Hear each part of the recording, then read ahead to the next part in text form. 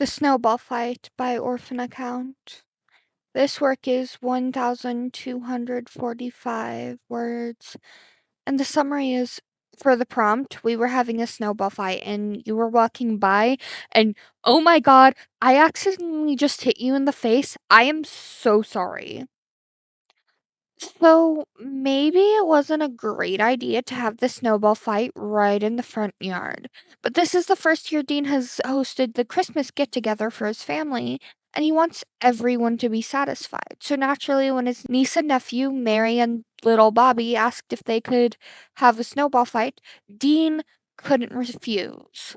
Of course, it hadn't helped that his own daughter, Grace, had those irresistible puppy dog eyes on her dad, and they were the last things he saw before he caved. So about 30 minutes pass by and the entire family is going insane. There are no friends, only enemies. Sam and Jess have turned against each other. Ellen has destroyed the kids' snow fort with a menacing grin on her face. All the while, and Ellen has destroyed the kid's snow fort with a menacing grin on her face all the while, and Charlie has had to carry Jo, her pregnant wife, back to the porch multiple times thanks to how desperate the blonde is to fight. Dean and Grace are undeniably winning the game. Of course, that doesn't mean he isn't freezing his ass off. His wrists are beginning to burn with the small area between where the gloves end and the jacket starts, and that leaves his skin bare. His face is drying out, and he wishes he hadn't passed the opportunity to get some proper snow gear like Grace and the other kids. Daddy! Grace screeches just as Dean is hit square in the forehead with a snowball. Slowly, Dean rises, and his eyes find the culprit. His own brother is standing there, a glint of betrayal in his eyes. Son of a bitch, Dean mutters as Sam giggles and runs to hide. Dean doesn't have much time. He makes as many snowballs as possible within his restraints, and he's on the move. At the first sight of his brother, Dean whips one of the snowballs through the air. To his surprise, Sammy is more coordinated than he remembers, because at the last second, the tall man drops to the ground and dodges the bullet. Dean is too distracted to see where his weapon went until he hears a soft yelp. The victim of the wayward snowball.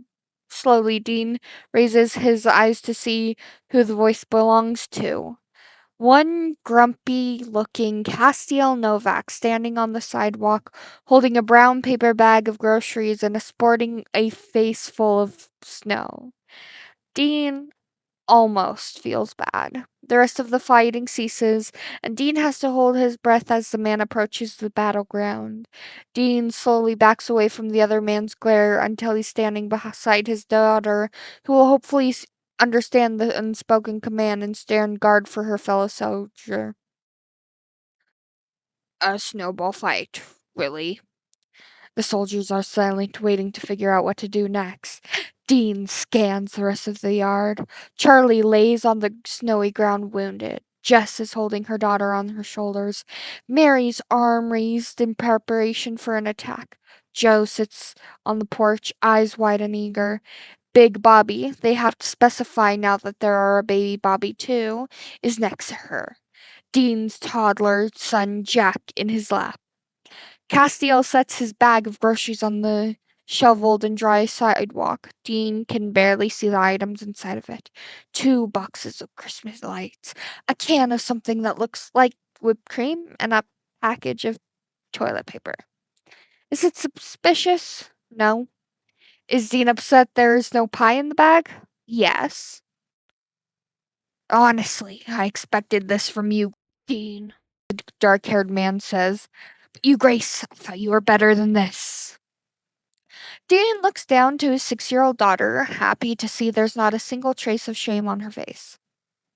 If when the snow melts this spring, you're all going to fix it, Castiel says. Dean begins to worry that the man is angry when in a sudden, swift movement he bends down and creates a snowball, nearly perfect, and launches it at Sam Winchester's perfect hair.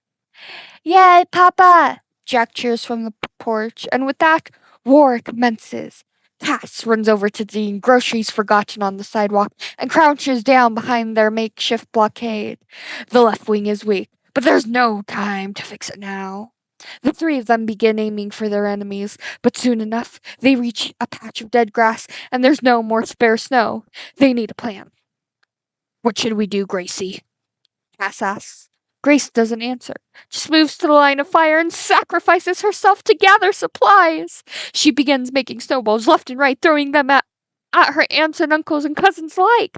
Dean stands up, a deep laugh bubbling from his chest as he puts his arm out to pull Cass up.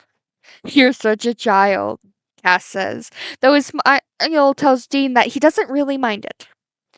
Yeah, but you love me anyway, Dean says, pulling the other man close. You're right, I do. Cass says, cheesy as ever. He then leans in and pulls Dean's lips to his own. Dean gets lost in the warmth of Cass's lips, which have yet to start freezing. The kisses chase, closed mouth and innocent, but Dean finds that he never tires of kissing his noseband, no matter how sweet and romantic and chick flicky it makes him feel. Dean grabs the lapels of Cass's trench coat and pulls him closer, smiling into their kiss. Only to be interrupted by an ambush attack from behind. Dean pulls away from Cass and whips his around to see everyone, even Grace, his own flesh and blood, standing with their hands in the air, releasing their snowballs one at a time. As both Dean and his husband are pelted in every part of their body, they rush up to the front porch of the house and run inside as quickly as possible. Even after they're standing in the warm, heated house, a few snowballs are launched at the door. I think this means you lost, baby, Cass says, a faux face of sympathy strewn on his face. A faux pas of sympathy strewn on his face. I should have known not to bring romance to the war, Dean says, playing along. Cass smiles a beautiful, gummy grin and cranes his neck to kiss Dean's cheek. How about we make some hot chocolate for everyone to have when they come in? Cass offers as the two of them begin to dispose of their wet boots and coats. Beverages for the enemy. Cass gives Dean his renowned bitch face. Okay, fine. Hey, what are you gonna do with the groceries you've left outside? If the battle ever ends, I'll go get them back. You didn't bring a pie, Dean says. I asked you to bring a pie. He frowns, pretending to be hurt. No, but there are some ingredients still in the grocery bags in the car that will help us bake a pie. I figured Ellen might be able to give us some guidance since when we try on our own pies, they never turn out well. Dean beams as his husband Dean beams at his husband as they enter the kitchen. He pulls Cass into another brief yet passionate kiss and then leans his forehead against the other man's. Happy Christmas Eve, babe, Dean whispers, a goofy grin upon his face. Happy Christmas Eve, Dean.